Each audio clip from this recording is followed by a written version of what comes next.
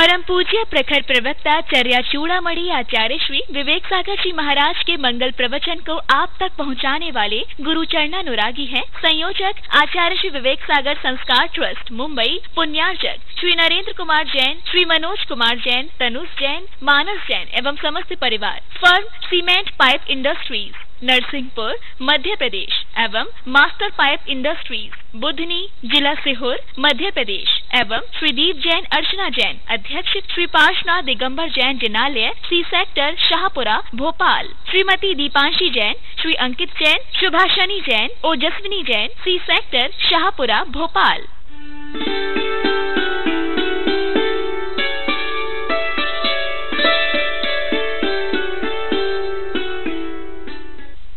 धर्मेश नहीं मानव हूं। वर्तमान के संसार की जो प्रपंचों की चकाचौंध है, उस चकाचौंध में यह मानव लगा हुआ है। उस चकाचौंध से लौटने पर ही श्रद्धा का अवसर मिलता है, और जहां श्रद्धा होती है वहां ही शांति प्राप्त हुआ करती है। जहां श्रद्धा होती है वहां ही गुणों को ग्रहण कर पाते हैं। श्रद्धा के अभाव में हम कुछ भी नहीं कर पाते। यदि एक मूर्ति भी, एक पत्थर भी मूर्ति का साकार रूप लेता है तो उस कलाकार के उस पत्थर को गढ़ने में श्रद्धा होती है। जैसे उस कलाकार के भाव उस मूर्ति को गढ़ते समय होते हैं, मूर्ति का नक्शा भी उसी प्रकार का बनता चला जाता है।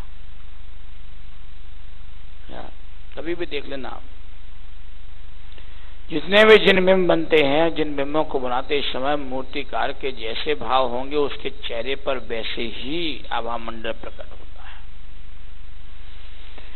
कोई मूर्तिकार यदि प्रसन्न चित्त से उस मूर्ति का आभा मंडल तैयार कर रहा होगा तो मूर्ति कभी भी देखना वो प्रसन्न हंसती हुई दिखाई देगी। वो उससे एहसास कर लेना, समझ लेना कि जिस समय इस मूर्ति की रचना हो रही थी उस समय मूर्तिकार कैसा था?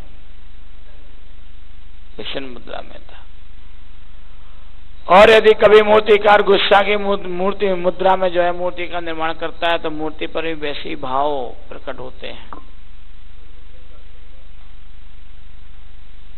तो जैसा मूर्तिकार होता है वैसे ही प्रतिमा के भाव भी उसी प्रकट होते हैं।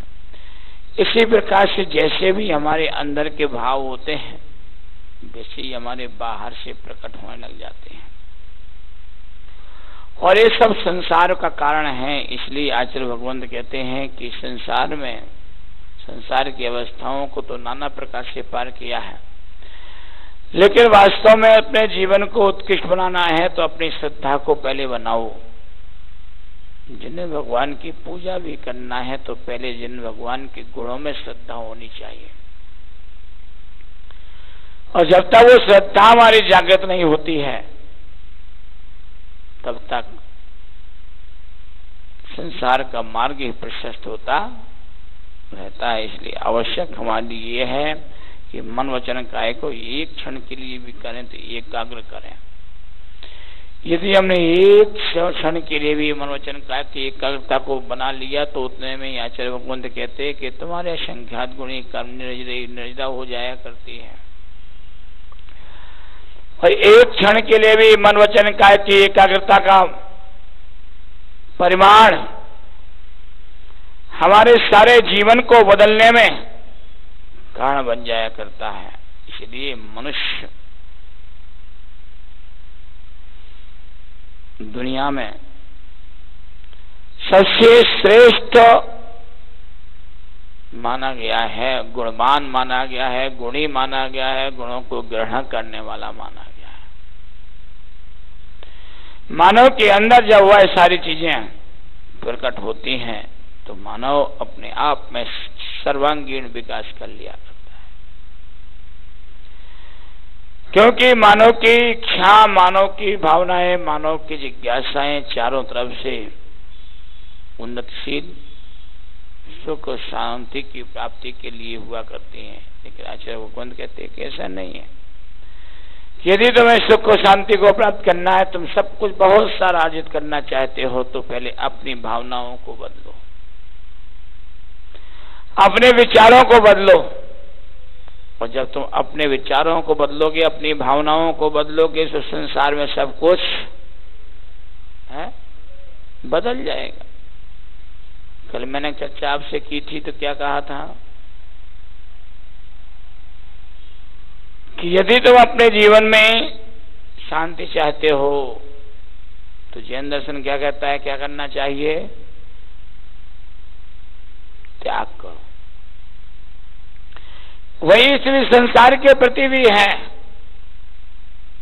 संसार के बोझ से बचने के लिए अपने आप को त्याग करते जाओ। किसी ने गाली दी, त्याग कर दिया। किसी ने आलोचना की, त्याग कर दिया। किसका किसका त्याग कर दिया?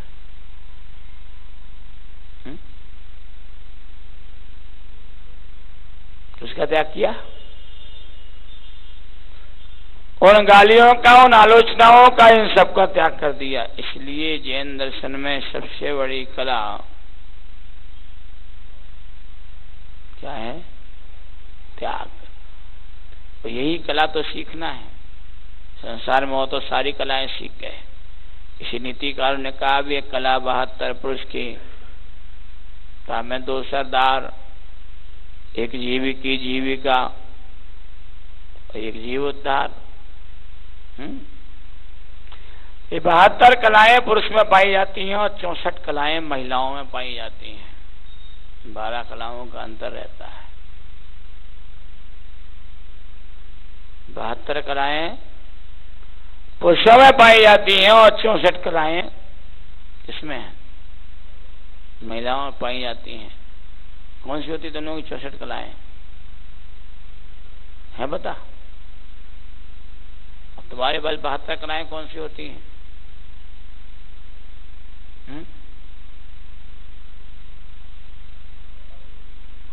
क्या? और 72 कलाओं में 2 कलाएं प्रमुख मानी गई हैं। एक जीव की जीविका, जिसे तुम कहते हो व्यापार, जॉब, सर्विस, ऑफिस का वर्क, ये सब जीविका का कारण है। और दूसरी कला है जीव उद्धार की। ये 2 कलाएं प्रमुखता से होती हैं। किसके पास? पुरुष के पास। क्यों होती है? जीविका, जीव उद्धार की कला क्यों होती है? जीव उद्धार की कला इसलिए होती है कि मोक्ष कौन जाता है? पुरुष की महिलाएं? पुरुष जाते हैं। दिगंबर संप्रदाय से तो ऐसा ही है कि पुरुषों को ही मोक्ष का विधान दिया है, पुल्लिंग से ये मोक्ष का विधान माना गया है। लेकिन अन्य संप्रदाय में तो अन्य लिंगों से भी मोक्ष का प्रावधान किया गया है। तो यहाँ पर क्या, तब इसलिए जीविका आज है, इसलिए जीव उद्धार की कला मनुष्य को लिए प्रमुखता से मानी गई है, क्योंकि मोक्ष का मार्ग का उपदेश भी पुरुषों के माध्यम से ही मिला है। मोक्ष की कला भी पुरुषों के माध्यम से ही प्राप्त होती है। मोक्ष जाने का मार्ग भी प्रशस्त कौन करता? पुरुष ही करते हैं। यदि केवल आजीविका में लगे रहते हैं, अपने जीवन के उद्धार के लिए नहीं लगते हैं, तो संसार में समझ लेना कि वह मनुष्य केवल नरक गति का पात्र बनता, दुर्गतियों का पात्र बनता है। इसलिए वो भी कला प्रमुख है। कौन सी कला प्रमुख है? जिसके भाव इतने निर्मल नहीं हो पा रहे हैं कि वह परमात्मा का कार्य कर सके, तो उसके लिए भी वह परमात्मा के कार्य के अभाव में अधोगतियों का पात्र बनना भी उसके लिए कला है। इसलिए आचार्य भगवंतों ने उदाहरण दिया है, कुछ अच्छा खासा उदाहरण आचार्य भगवान जितने भी देते हैं उदाहरण अच्छे देते हैं। कि जो है, एक बाग में एक सुंदर फूल के वृक्ष पर एक सुंदर फूल की कली खिली हुई थी, और उस कली के पेड़ के पास में ही एक छोटा सा पत्थर का टुकड़ा पड़ा हुआ था।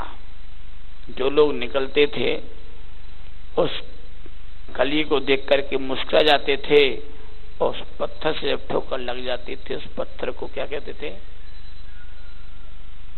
बुरा कहते थे, क्योंकि उस पर रोज तो आएगी आएगा। जिस पत्थर से ठोकर लगेगी तो उस पत्थर को देख करके रोज तो आएगी आएगा। तो कली भी उस पत्थर के ऊपर हंसा करते, देखो तुम्हारी भी क्या जिंदगी है, तुम भी अपनी क्या जिंदगी जी रहे हो कि तुम्हें लोग तो ठोकर मारते हैं और तुम्हारे ऊपर रोष बताते हैं, और मैं देखो मुझे देख करके लोग क्या करते हैं भाई? मुस्कुरा जाते हैं। और फूल दिख जाए तो फिर व्यक्ति की मुस्कान तो होना ही होना स्वाभाविक है। कुछ दिन के पश्चात उस मार्ग से एक कलाकार निकला जो पत्थर को, जो पाषाण को परमात्मा बनाया करता था। वो कलाकार निकला, उस कलाकार ने उस पत्थर को देखा और देख करके उस पत्थर को सोचने लगा, इस पत्थर में तो बड़ी सुंदर क्या बन सकती है? मूर्ति बन सकती है। उस कलाकार ने उस पत्थर की सुंदर मूर्ति बनाई, मूर्ति बना करके प्रतिष्ठा कराई, मंदिर में स्थापित कराया। मंदिर में जैसे वह मूर्ति स्थापित हुई, एक भक्त उस रास्ते से जा रहा था, उसने अब वो कली नहीं रह गई थी, फूल का रूप बन गई थी। उस राही ने देखा कि ये फूल बड़ा सुंदर है, और उस फूल को तोड़ा और भगवान के चरणों में समर्पित कर दिया। जब उस पत्थर, परमात्मा रूप पत्थर ने देखा कि अरे ये तो वही कली का फूल है जो मेरे ऊपर रोज हंसती थी, और पत्थर की रूप मूर्ति कहने लगी, देख भाई अब तू अच्छा या मैं अच्छा? कौन अच्छा?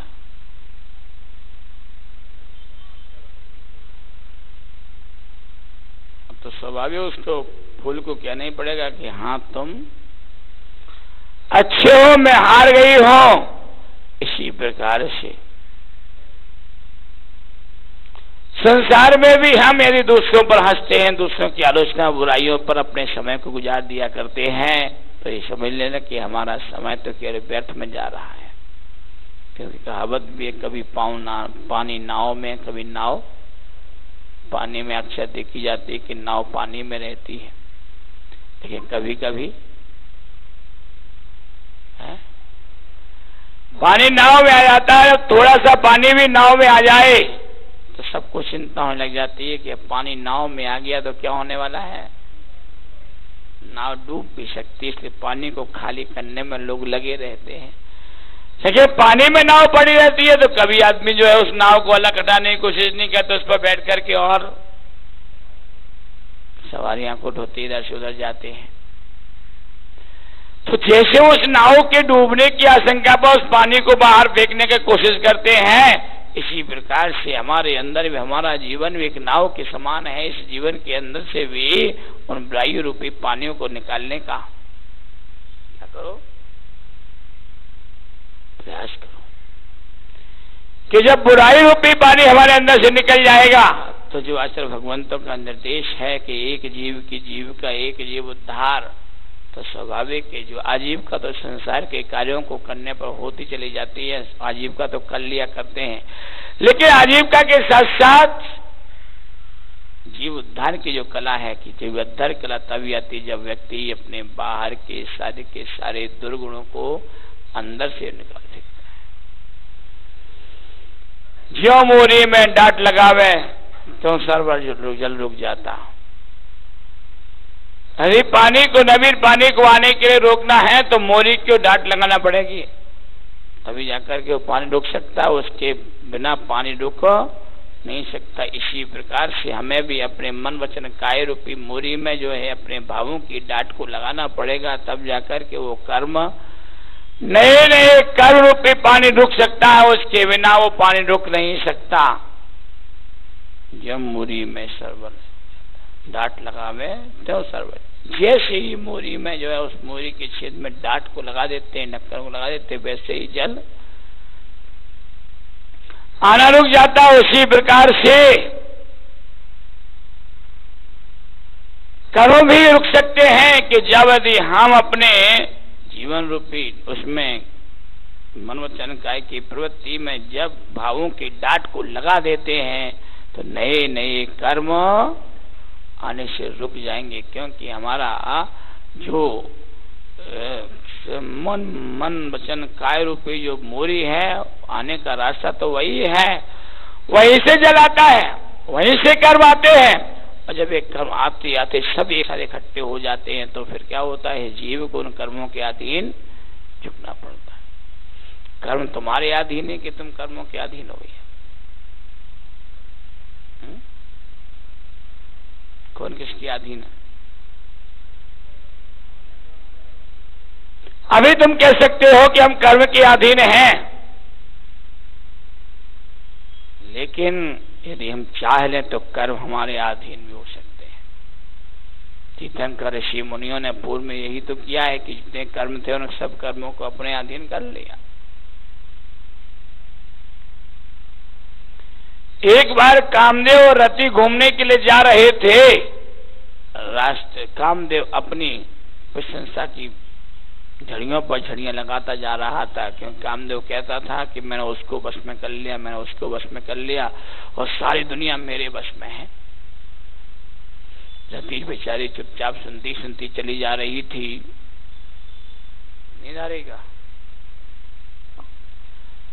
रति बेचारी सुनती सुनती जा रही थी। एक स्थान पर उन्हें ध्यान करते हुए पार्श्वनाथ भगवान दिख गए। किसको? रति को। रति ने कहा, स्वामी ये कौन है? ये कौन है?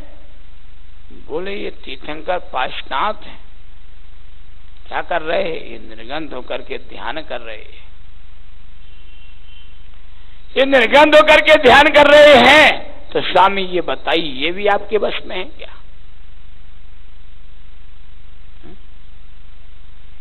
कामदेव कहता है कि ये मेरे वश में नहीं है, ये मेरे वश में नहीं है, इनके वश में मैं हूं। तो अभी तो स्वामी आप ये कहते सारी दुनिया में ऐसा कोई भी मनुष्य नहीं बचा, ऐसा कोई भी प्राणी नहीं बचा जो मेरे वश में नहीं हो। कि स्वामी आपके सामने उदाहरण है कि ये भी तो दुनिया में सम्मिलित हैं, ये भी तो दुनिया के साथ में रहने वाले हैं, लेकिन फिर भी आप इनके वश में हो गए, इन्हें आपने अपने वश में नहीं कर पाया। तो आखिरकार कामदेव को कहना पड़ा, रति प्रिय, इन्होंने संसार की सारी विभूति को, सारी माया को और अपनी इंद्रियों को ऐसा बस में किया, ऐसा बस में किया कि कोई इनसे आगे निकल नहीं पाता, कोई इनकी आगे बढ़ नहीं पाता। जो कुछ भी है सब ये अपने स्थान में ही बने हुए हैं। इसलिए इनके इस ध्यान के कारण से मुझे भी इनके वश में होना पड़ा। इन्होंने सारी दुनिया को वश में कर लिया, इन्होंने अपने पंच इंद्रियों को वश में कर लिया। कुछ भी इनके पास अब ऐसा नहीं बचा कि इन्हें कोई दूसरा वश में कर सके। तो ये सब कुछ कब होता है? जब हम अपनी आलोचनाओं को त्याग करके श्रद्धा पूर्वक गुणों को प्राप्त करने का भाव बनाते हैं। जब तक गुणों को प्राप्त करने का भाव हमारा नहीं बनेगा तब तक हम कुछ भी नहीं कर सकते। अपन भक्तामृत पढ़ते, कल शाम को बहुत सुंदर अच्छे तर्ज में भक्तामृत पढ़ा जा रहा था। भक्तामृत को पढ़ते हैं, भक्तामृत में लिखा है, सोहम तथापि तव भक्ति वशान मुनीश कर्तम स्तवम विगत शक्तिरपि प्रवर्ता प्रीतात्म वीर विचार मृगेन्द्रम नावेति किम निज शिशो परिपालनार्थम।